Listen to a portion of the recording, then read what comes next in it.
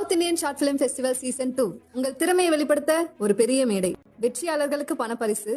உங்கள் சிறந்த படைப்புகளை சமர்ப்பித்து வெற்றியை கைப்பற்றுங்கள். இது உங்கள் கனவை நினைவாக்கும் திருவிழா. அஜித் ரசிகர்கள் எல்லாருக்குமே ரொம்ப ரொம்ப முக்கியமான ஒரு விஷயத்தை பற்றி தான் பேச போகிறோம். அதாவது குட் பேட் அக்லி திரைப்படத்தோட டீசர் ரிலீஸ் தேதி ஒரு அப்டேட் கிடைச்சிருக்கு. இதை பற்றி ரொம்ப டீட்டெயிலாக தான் பேச போகிறோம். குட் பேட் அக்லி இந்த திரைப்படத்தோட ஷூட்டிங் ரொம்ப ஸ்பீடாக போய்கொண்டு இருக்குது. 80% ஆஃப் ஷூட் முடிவடைந்து விட்டது. ஸோ படத்துக்கான இறுதிக்கட்ட காட்சியில் படக்குள் எடுத்துக்கொண்டு வருகிறார்கள். டிசம்பர் இறுதிக்குள் படத்தோட ஷூட்டிங் கம்ப்ளீட்டாக முடிக்க வேண்டும் அப்படிங்கிற பிளானில் இருக்காங்க. படத்தை பொங்கலுக்கு ரிலீஸ் பண்ணுற மாதிரி தான் பிளானில் இருந்தது. ஆனால் விடாமுயற்சி திரைப்படம் பொங்கலுக்கு வருவதால் இந்த திரைப்படத்தை ஏப்ரல் 14ஆம் தேதி தள்ளி வச்சிருக்காங்க.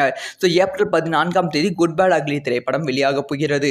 இதுக்கான அஃபிஷியல் அனௌன்ஸ்மெண்ட் வெளியிட போகிறாங்க. அதாவது படத்தோட ஷூட்டிங் கம்ப்ளீட்டாக முடிச்சுட்டு அப்புறம் நம்ம அஃபிஷியல் அனௌன்ஸ்மெண்ட் ரிலீஸ் டேட்டை ரிவீல் பண்ணலாம் அப்படிங்கிற பிளானில் படக்குள்ள இருக்காங்க. இது ஏற்கனவே படத்தோட தயாரிப்பாளர் புஷ்பா திரைப்படத்தோட ப்ரீ ரிலீஸ் ஈவெண்ட்டில் சொல்லியிருந்தாங்க. மிக விரைவில் ரிலீஸ் டேட் அனௌன்ஸ் ஆகும் அப்படின்னு.